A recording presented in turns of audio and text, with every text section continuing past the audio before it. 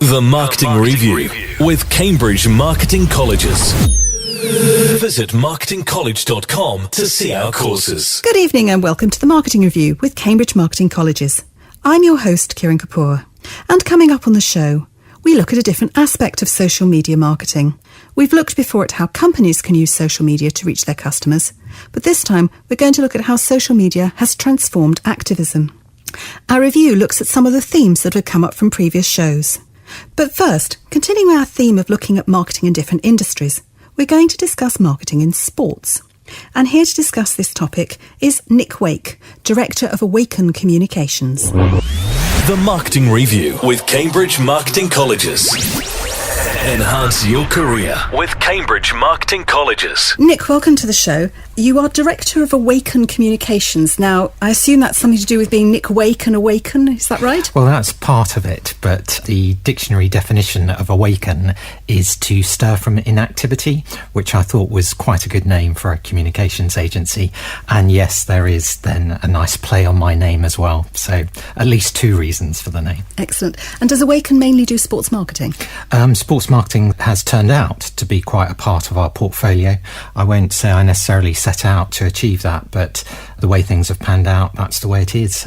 So amongst our clients are Air Kicks Indoor Skydiving, World of Golf, which is an upscale driving range business, and also Adventure Golf, which is Florida-style putting. So one way or another, it seems to be working out that way. Wow, that's quite a range from skydiving to golf. Yeah. No cricket in there yet. I believe you're a keen cricketer. I am. I play cricket for Tring Park Cricket Club at the weekend when my wife lets me. But yes, no work in the cricket area at the moment. But if anyone listening would be interested. Exactly, I'm all ears. Please get in touch. Excellent. Now, your expertise very much is in sports marketing. How did you actually get into that? Well, I guess, you mentioned cricket, and I do, of course, do marketing for Tring Park Cricket Club as a volunteer.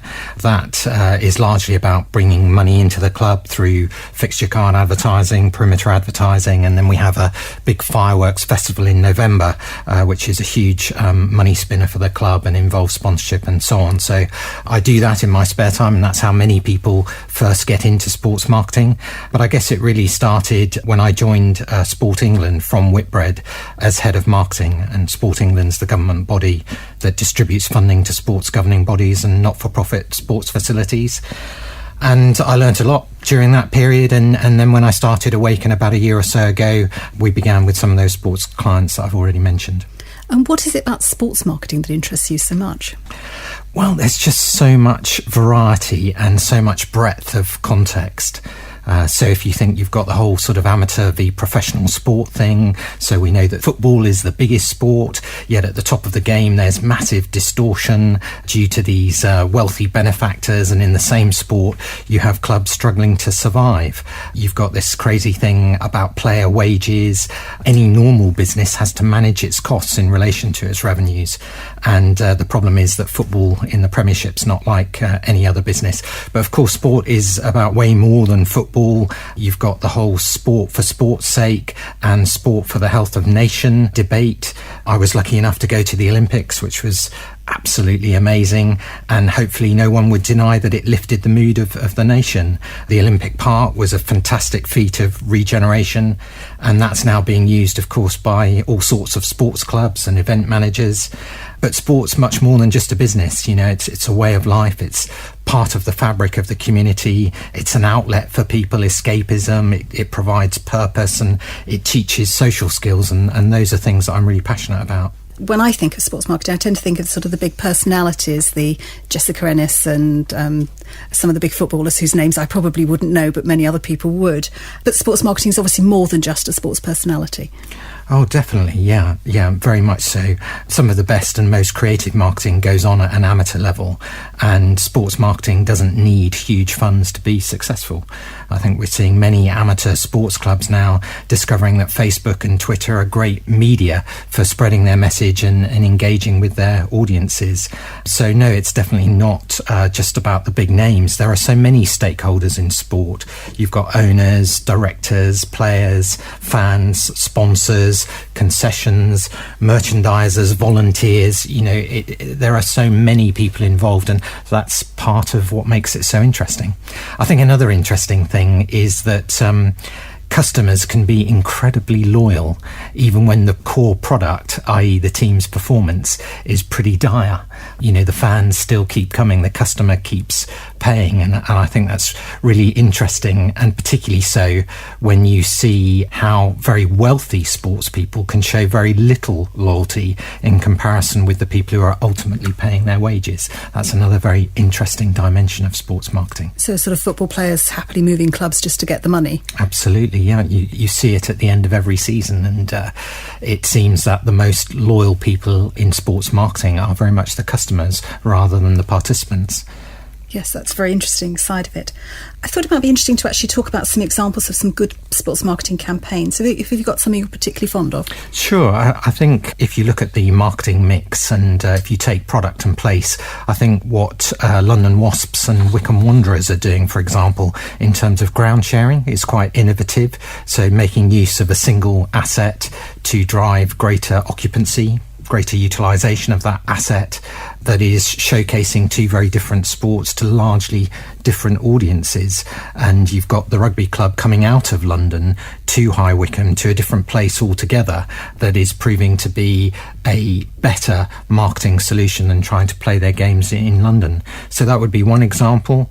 I think there are lots of innovative pricing goes on in sport.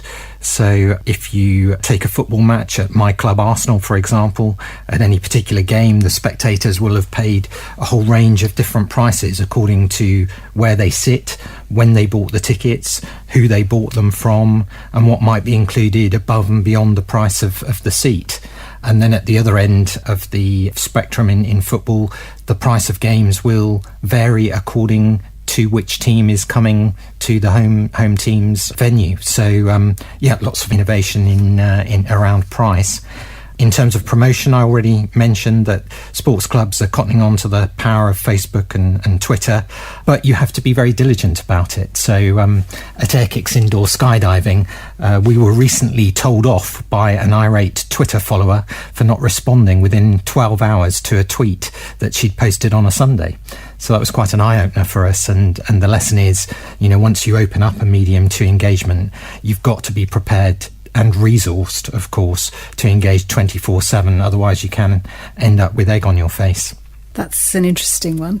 So a loyal customer, but expecting quite a lot back from an organisation. Absolutely. If you say we're going to engage in dialogue through this media, then you must be prepared to do that when the customer wants to. And I think we do see it's tempting to dive into some of these new media because it's the thing to do. But my advice would be, make sure that you are resourced to do it properly. Otherwise, you can come a cropper. That sounds like very sound advice. I don't think we can do sports marketing without discussing something about the Olympics. And you've already mentioned the Olympic part being a legacy.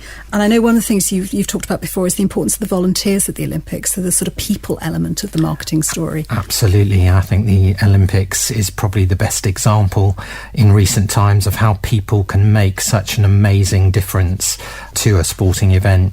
The volunteers were quite fantastic, and perhaps that spirit has spread a little bit beyond the Olympics, because I think there's many professional sports clubs have cottoned on to the idea that sports fans want to be treated well, a bit like how we want to be treated when we go into most high street retail stores. It's very rare that you come across, or at least in my experience, I'm sure there are listeners who might contend this, but I think the days of the grumpy steward or the blank-faced ticket inspector are fast becoming numbered, at least among the very successful sports clubs.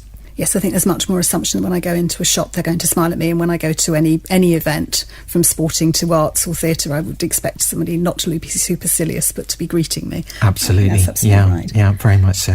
One of the elements of anything to do with sports marketing, or marketing something that's ephemeral, is the physical evidence side of it. And we're always telling our students you have to worry about physical evidence. So how does that work with sports? Well, I think, going to a top-flight football game is a very different experience now than, say, 20 years ago. go. So the chances are you'll have a comfortable seat with a good view. You'll be able to get in and out of the stadium very quickly. You'll have a reasonable choice of food and drink within the ground if you want that. And, for those of us who were privileged enough to get to go to the Olympics, or lucky enough in my case, the physical evidence on show through the stadia, through the way the volunteers were turned out, through the signposting and so on, was absolutely stunning. So physical evidence is often the one that marketeers struggle to really understand, but hopefully those examples will help you understand it in the context of sports marketing. So it's the whole idea of the whole experience rather than just the sport itself. Yeah, definitely. What you can see with your eyes, what you can touch and feel. That's a great definition. I think a lot of our listeners would be interested in perhaps in the idea of going into sports marketing. So would you have some top tips of how to get into this area? I would, and I would say do the diploma, of course. We have had some success stories, so a lot of students come onto the diploma looking to further their career in sport, and some of those success stories include students who've gone on to work for Adidas and who've gone on to work for Chelsea Football Club, so it can help. So this is the Chartered Institute of Marketing diploma. That's right, thank you. I would say get involved on the marketing side with your local sports club as a volunteer. Show that you are really passionate about sports marketing. Show your commitment by volunteering to work at a major sports event and see sports marketing happening firsthand. And also I'd say be prepared to start out in a sales environment. A lot of sports marketing involves trying to get money in from sponsors, matching what your proposition can offer, the attributes of your brand with a sponsor's brand in return for income. Because most sport is not wealthy. Most sport is constantly looking for new funds and new revenues. So a good way in would be via a sales route. Excellent. Nick, thank you very much for coming and giving us the benefit of your experience. Thank you very much for having me. The Marketing Review with Cambridge Marketing Colleges. Visit marketingcollege.com to see our courses. And now we come to the part of the show where we do a review. Usually I have a guest in doing a review of a book or a magazine, but this time I thought we'd actually have a look at some of the themes that have come up in previous shows. And one of the themes that struck me most from my guests coming in has been looking at where your customers are. Tony Wilson gave an example of building an extension. He said when you build an extension in your house, unless you're lucky enough to have a brother-in-law who's a builder, you will most likely think of this as a huge project, and you're likely to go and look around for people's marketings, but also to take recommendations from your friends and from industry figures, and probably go and search things on the internet. And he pointed out that if that's what you do, the chances are that's what your customers do. And another of my guests pointed out that when people are marketing, we often forget to think like a customer. Somehow we divide up what we do professionally from what we think our customers do as individuals. So it's worth thinking, if your customers are wondering whether to take on a big project and perhaps come and buy from you, be that a high technology product or perhaps to take a qualification as my own customers would do, you need to think, where do those customers actually go? Where would they go for information? And the chances are, if I was going to take on a product, I would go and research it, and I would certainly go and look at the company online, and I would certainly want to see as much about the company as possible. And one of the questions I get asked quite often is, where should I be marketing? Should I be on social media? Should I be on Twitter or Flickr or Facebook or LinkedIn? And the answer is, you have to think about where your customers go for information. One of the ways is to think, where would I go for information? But of course, sometimes we have to remember that our customers aren't exactly like us. I finally had to accept that I'm possibly not quite the same age as my college's 25-year-old learners. Maybe I consume social media in a slightly different way. And so I need to go and find out where they go for their information, not assume that it's where I would go. And lo and behold, they don't necessarily go to read the pages of the FT. They might actually go onto social media to find out what other people think. And the easiest way to find this out? Go and talk to them. Customers are surprisingly open and often very happy to be asked, where did you go for your information? And many people are actually quite flattered to be asked. This is such an important area of marketing. It's one that we will revisit in future shows. But for now, think about where your customers are and think about how your customers get information about you. The Marketing Review with Cambridge Marketing Colleges. Enhance your career with Cambridge Marketing Colleges. And finally, we turn to social media for activists. And my guest is Alan Anstead, who has a varied background, which includes working for the Foreign and Commonwealth Office and being Deputy British Ambassador in Latvia. Alan, we're going to discuss both how activists have used social media to raise awareness of their campaigns. So could we have a look at perhaps an example of how activists use social media and why it is such an important part of an activist's work? What to me was a very prominent example of a campaigning organisation using social media effectively was an organisation called 38 Degrees. They were relatively unknown before 2010 when this particular campaign that I want to talk about started. 38 Degrees is the angle in which an avalanche starts, supposedly, so lots of things happen. And they launched an online campaign to stop the sale of state-owned forests by the British government. And they did it primarily through an online petition, encouraging people to sign the petition, encouraging people to share information about it on their own Facebook pages or via Twitter. And in the end, they got over 530,000 people who signed the petition. And that, together with some traditional media relations work, together with even some advertising, they took out a full-page advert in some of the newspapers on the day when Parliament was going to discuss the sale of forests and this policy that the British government had started to consider. And what they managed to achieve through all of that interest in it was a reversal by the British government. The British government said, no, we're not at this present moment going to go any further forward with the consultation about selling the forests. And it's interesting, two little interesting things, if you like. One was the debate in Parliament at the time, which was typical Parliament style. You had people shouting timber and other things that were going on. The thing was from those who had signed the petition, thanking 38 Degrees for giving them a voice. And I think that's quite an important development, that different people in the UK, across Europe, across the world, want to have more of a voice. They're no longer passive, but they're more active publics, to use the public relations terminology, that they feel that they should have a voice and they want to have that voice, even if they know just signing a petition which takes 1 minute of one's time will only have an effect if lots and lots of other people do it. But they feel that they should have a voice. They want to say what they feel about something, much more active rather than being passive. 38 Degrees is still around. It campaigns on lots of different issues. At the moment, they're running a campaign to mobilise voters before the European Parliament elections, UK having a fairly low, 30-something% number of people who are registered to vote who will actually go out and cast their vote, and they're getting all their supporters to knock on neighbours' doors with registration forms. Not saying, of course, what political party they should vote for, but just to show that democracy really works. That's a typical online activist approach. They're using the tools, which is not just free tools, it takes people's time, but tools of a website, a Facebook page, Twitter account, to mobilize people, get people interested in the issue, getting them to take action about the particular issue. And social media allows them to reach presumably a wider group of people than perhaps they would normally be able, offline they would be able to do.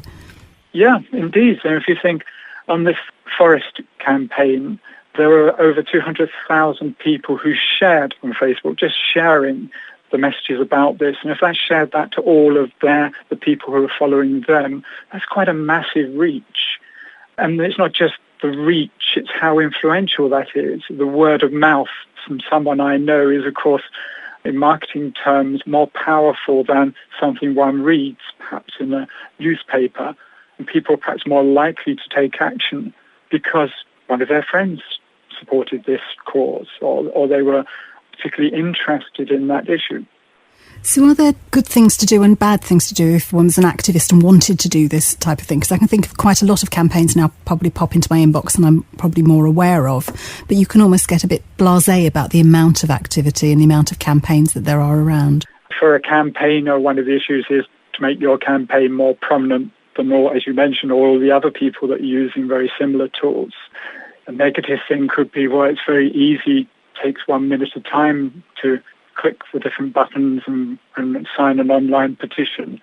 But together, if lots of people do that and think of the democratic processes that are there, UK Parliament, if you sign a petition on the UK, if 100,000 people sign an official UK petition on the UK Parliament's website, then there has to be a debate about it. So it starts a democratic process.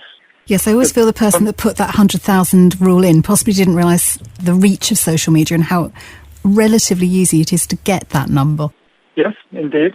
And again, it doesn't mean you get 100,000. Some of the campaigns that have been, the petitions that have been using that website, for example, I think there was one around getting the Department of Work and Pensions State Secretary to live homeless or something like that, that's got a massive number of people, and it's unlikely that that person would. But whether it does show to government that actually people care about what's being said or care about, say, benefits being cut or how they're being paid, maybe that does make a difference. Can I get you to talk a little bit more about perhaps activists who may be putting organisations in a slightly awkward position? There's one thing about being an activist against the government. To some extent, the government and Whitehall sort of is there as a target. But I think sometimes other activists are perhaps persuading a company to try and act in a different way. Yes.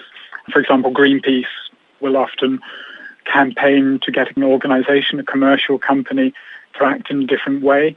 Another one would have been Starbucks, and the campaign is against Starbucks, trying to persuade them through boycotting, through using social media, to pay what, from the activist point of view, would be a fair share of tax. They're there to try and change an organisation's policy. That's what the activists want to do. And if I'm an organisation and I'm sitting on the other side of that, how do I react to that? Is it just being aware that it's happening? Yeah, I think the first thing is, of course, being aware that it's happening. And I found that you ask companies, organisations, well, do you daily track what people are saying about you as an organisation on blogs, on social media? And surprisingly, many don't. Many don't do the simple process of every day seeing what's been said about them, good or bad. And it's then tracking that, what in public relations terms is called issues management, where you're tracking what positions are, seeing who, if there are principally issues management, is looking at what activists who have an issue against an organisation are saying, are doing, what support they're gaining, and planning against that. And that planning against maybe through having some sort of engagement or dialogue with the activists. Often that's better to have that conversation or dialogue than to ignore them or just to put a different message across. That's often what the activists want. They want that discussion. They want to be able to, for their viewpoint to be heard, to be considered, to get some sort of reaction back. So engaging with the activists depends who the activists are, may be a good policy to take, or at least being aware of what they're saying and perhaps either putting across from the organisation's point of view, particularly if what's being said isn't truthful, what the truth is, and even then finding other people who can also put across the truth on their behalf of the organisation, a third party. So you think the worst thing that a company can do if there is a campaign against them is to ignore the campaign? Yeah. That doesn't mean ignore, yes, totally, not care too much about it. Doesn't mean that one should always engage with the campaigners. Sometimes those campaigners will only want one thing, which may be the company not to exist anymore, and one can't engage with those people necessarily. But it could be something that could, through dialogue, maybe some misunderstanding there, an engagement will be a better process. So the worst thing a company can do is just to ignore or not really care. Best thing a company can do is monitor, find out every day what are people saying about my organisation, my company, what's happening there, tracking things. And if a campaign starts to take off, doing something about it. I remember on the 38 Degrees campaign in the Forest, I remember talking to someone who worked in communications in the government, and that person said to me, where ministers went wrong is they ignored 38 Degrees. Who's this campaigning organisation? They're just using the internet, and refused to engage. until it was too late, till they massed such a vast number of supporters that really that dialogue was no longer possible, because it was already changing, the debate was changing in favour of the campaigning organisation. So, Alan, you're recommending keeping aware. Does that mean I've got to go in and check every form of social media there is, or is there a shortcut way of doing that? Well, a very easy way to do that is to set up a Google Alert.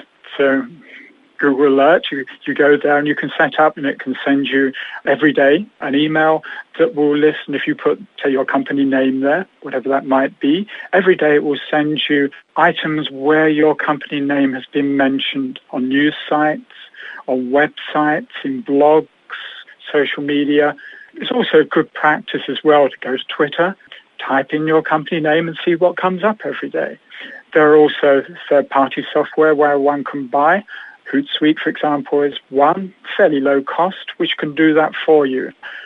Fairly easy to set up, and once it's there, every day it'll be coming into your inbox, information, what people are saying about you. That's great. Alan, thank you so much for coming on the show. A pleasure. The Marketing Review with Cambridge Marketing Colleges. Visit marketingcollege.com to see our courses. And that's it for the show this time. If you would like any more information, or you'd like to listen to the show again, head over to star107.co.uk, where you can do just that. I've been your host, Kiran Kapoor. If you would like to get in touch with me, you can at the Marketing Review Facebook page and at #CMC Points of View on Twitter. Many thanks for listening, and I'll catch you again in 2 weeks' time. The Marketing Review with Cambridge Marketing Colleges. Enhance your career with Cambridge Marketing Colleges.